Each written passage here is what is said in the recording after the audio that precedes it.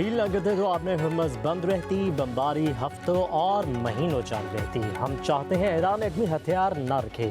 میں دنیا میں معاشی تباہی نہیں چاہتا۔ مشرق وسطی میں اب امن آئے گا۔ صدر ٹرمپ کا G7 اجلاس کے اختتام پر میڈیا سے گفتگو۔ دعویٰ کیا ایران میں رجیم چینج ہو چکی، نئی قیادت آ گئی جو اسمارٹ ہے۔ مجھے لگتا ہے ایرانی قیادت کا رویہ پہلے سے مختلف ہوگا۔ ایران میں نظام کی تبدیلی کبھی بھی ہمارا ہدف نہیں تھا۔ اب ڈیل ہو گئی، تیل کی قیمتیں گر رہی ہیں اور آپ نے ہرمز کھول رہے ہیں۔ ٹرمپ نے کہا میں جنگ جاری رکھ سکتا تھا۔ آخری 2 دن $200 ملین کے بم گرائے۔ ایران کو بتا دیا اگر معاہدے کی پاسداری نہ کی تو بمباری دوبارہ شروع کر دیں گے اور یہ اس وقت تک جاری رہے گی جب تک وہ معاہدے پر واپس نہیں آ جاتے۔ ٹرمپ کی اسرائیلی وزیراعظم نیتن یاہو پر تنقید، کہا کہ صحرا میں 2 ڈرون گرنے پر بیروت میں پوری عمارت گرانا درست نہیں۔ نیتن یاہو کے ساتھ لبنان معاملے پر اختلاف ہے۔ اسرائیل کو MOU کا مسودہ بھیج دیا۔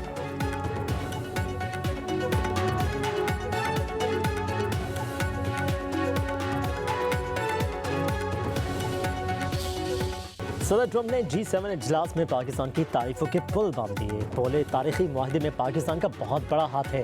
وزیر اعظم پاکستان نے کہا تھا بڑا کام ہونے جا رہا ہے، کسی کو یقین نہیں آئے گا۔ پاکستان اور قطر میں اپنے شراکت داروں کا شکریہ ادا کرتا ہوں۔ پاکستان سمیت دیگر لوگوں نے ڈیل کے لیے بہت محنت کی۔ ایران جنگ میں غیر جانبدار رہنے پر چینی اور روسی صدور کی شکر گزار ہے۔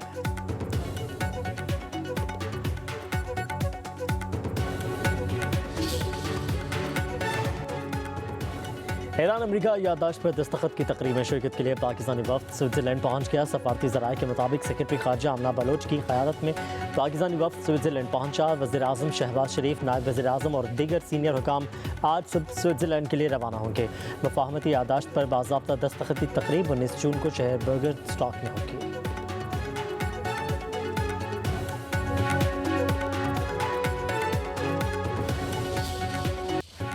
G7 ممالک کا ایران امریکہ معاہدے کے اعلان کا خیر مقدم۔ لبنان پر فوری جنگ بندی اور حزب اللہ کو غیر مسلح کرنے کی حمایت۔ آبنۂ ہرمز پر انحصار کو کم کرنے پر اتفاق۔ مشترکہ اعلامیے میں کہا گیا بغیر کسی پابندی یا محصول کے بحری گزرگاہوں سے آزادانہ آمد و رفت یقینی بنانا ضروری ہے۔ ایران کو کبھی جوہری ہتھیار حاصل نہیں کرنے دیں گے۔ یوکرین کی آزادی، خود مختاری اور علاقائی سالمیت اولین ترجیح ہے۔ G7 رہنماؤں کا روس کی جنگی معیشت پر مزید دباؤ بڑھانے پر اتفاق۔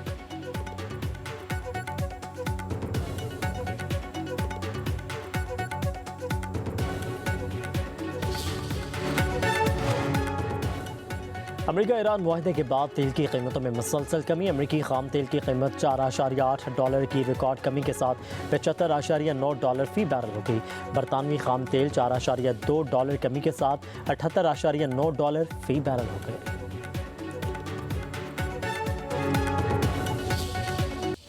وزیر اعظم شہباز شریف اور chairman Peoples Party Bilawal Bhutto Zardari کی اہم ملاقات۔ ترقیاتی منصوبہ اور بجٹ تحفظات پر تفصیلی مشاورت۔ بلاول بھٹو نے عالمی امن کے لیے پاکستان کی سفارتی کوششوں پر وزیر اعظم اور فیلڈ مارشل کو خراج تحسین پیش کیا۔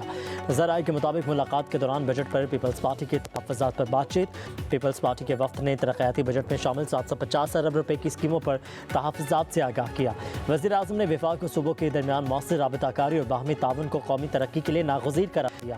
اتفاق کیا گیا اہمیت کے منصوبوں کی کامیاب تکمیل اور عوام کو بہتر سہولیات کی فراہمی کے لیے قریبی تعاون جاری رکھا جائے گا۔ بلاول بھٹو زرداری نے گلگت بلتستان میں حکومت سازی میں حمایت پر وزیر اعظم کا شکریہ ادا کیا۔ ملاقات میں نائب وزیر اعظم اسحاق ڈار، وزیر خزانہ محمد اورنگزیب، اعظم نذیر تارڑ، راحت چیمہ، سید نوید قمر اور شہری رحمان کی بھی شرکت۔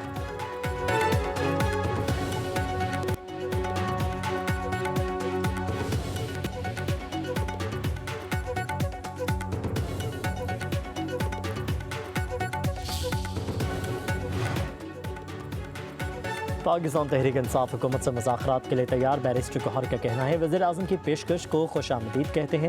ہمیں بتایا جائے ان مذاکرات میں دیر کس بات کی ہے، ہم نے صرف بانی PTI تک رسائی ہی تو مانگی ہے۔ ایک دوسرے کو برداشت کرنے سے ہی تناؤ اور نفرتیں کم ہوں گی۔ ایوان کو مضبوط کرنا ہے تو ایک یادداشت پر دستخط کرنا ہوں گے۔